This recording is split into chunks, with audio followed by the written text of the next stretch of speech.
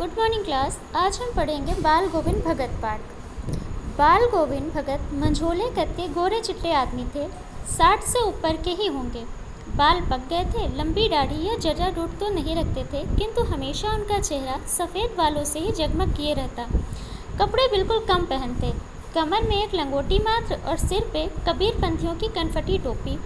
जब जाड़ा आता एक काली कमली ऊपर से ओढ़े रहते। मस्तक पर हमेशा चमकता हुआ रामानंदी चंदन, जो नाक के एक छोर से ही औरतों के टीके की तरह शुरू होता। गले में तुलसी की जड़ों की एक बेडोल माला बांधे रहते।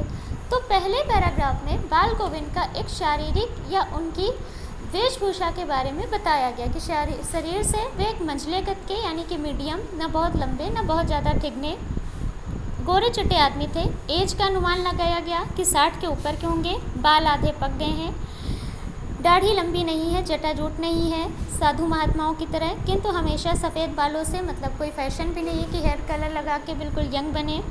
कपड़ों के नाम पे बहुत कम कपड़े। तो बहुत कम कपड़े का मतलब न्यूडिटी दिखाना नहीं, बहुत कम कपड़े मतलब पहनने का मतलब है कि बिल्कुल संसार से कोई मोह नहीं, अपने शरीर के प्रति, अपने शरीर को सुंदर बनाने की कोई चाहत नहीं, बस अपने शरीर के अंगों को ढक लेना ही उनकी वही थी, उनका उद्देश्य था।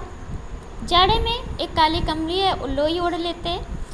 मस्तक पर हमेशा चमकता हुआ रामानंदी चंदन। तो रामानंदी चंदन एक टीका लगाने का तरीका होता है जो नाक से शुरू होके यू शेप में पूरा मत्थे तक ऊपर जाता है, जिसे रामानंदी कहते हैं। तुलसी में जड़ों की एक बेडोल माला, गले में तुलसियों की माला होती थी। ऊपर की तस्वीर से यह नहीं माना जाए कि बाल गोविंद भगत साधु थे, बिल्कुल गृहस्थ। उनकी गृहिणी की तो मुझे याद नहीं, उनके बेटे और पतोहू को तो मैंने देखा था। थोड़ी खेती बाड़ी भी थी, एक अच्छा साफ सुथरा मकान भी था।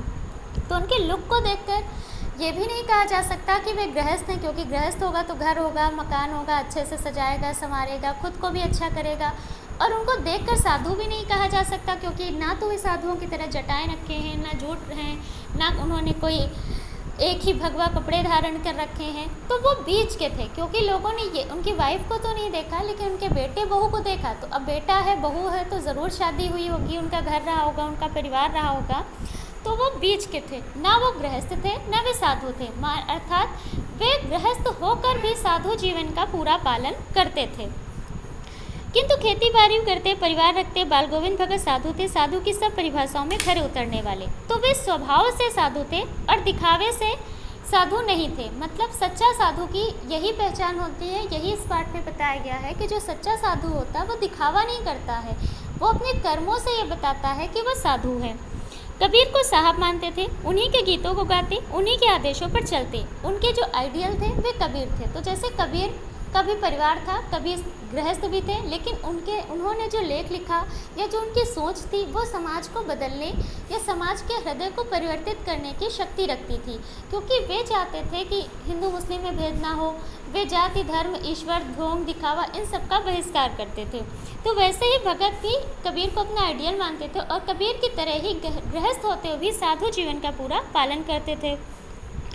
उन्हीं के गीतों को गाते, उन्हीं के आदेशों पर चलते, कभी झूठ नहीं बोलते, खरा व्यवहार करते, किसी से भी दो टूक बात करने में संकोच नहीं करते, ना किसी से खामखा झगड़ा मोल लेते, किसी की चीज़ नहीं छूते, ना बिना पूछे व्यवहार में लाते। इस नियम को वे कभी कभी इतनी बारीकी तक ले जाते कि लोगों को कौतूहल होता। कभी वह दूसरे के खेत में शौच के लिए भी नहीं बढ़ते। वे गृहस्थ थे, लेकिन उनकी यह सब चीज़ साहब की थी। तो दूसरों से ना लेने के ये मतलब नहीं है कि हम किसी की मदद ना लें या किसी के साथ ना खड़े हों, लेकिन सहयोग का मतलब अलग होता है। लेकिन किसी की चीज़ ज़बरदस्ती ले लेना, बिना पूछे लेना, छीनना, ये सब उन्हें ना पसंद था और ना वे चाहते थे कि लोग ऐसा करें। जो कुछ खेत में पैदा होता सिर पर लाद कर उसे साहब के दरबार में ले जाते, जो उनके घर से 4 कोस दूर था। एक कबीरपंथी मठ से मतलब, वह दरबार में भेंट के रूप रख दिया जाता। प्रसाद के रूप में जो उन्हें मिलता उसे घर लाते और उन्हीं से गुजर बसर करते। तो कबीर को अपना आइडियल मानते और कबीर को ही वे साहब कहते थे, वही उनके साहब थे। और वो जो भी पाते थे वो सबसे पहले कबीर मठ में दान के लिए रखाते थे और वहाँ से जो उन्हें रिटर्न एज ए प्रसाद मिलता था उससे वो अपनी गृहस्थी चलाते थे। इन सब के ऊपर तो मैं मुग्ध था, पर उनके मधुर गान पर जो सदा सर्वदा ही सुनने को मिलते, कबीर के वे सीधे साधे पद उनके कंठ से निकलकर सजीव हो जाते थे।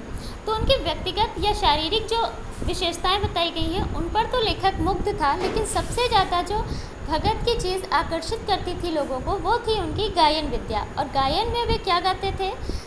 वे हमेशा कबीर के गानों को, कबीर के पदों को, कबीर के दोहों को एक गायन के रूप में गाते थे। तो एक समाज को मैसेज की तरीके वाले गाने गाते थे, जिससे लोगों को कुछ सीखने को मिलता था और लोग उनके गायन की ओर आकर्षित होते थे।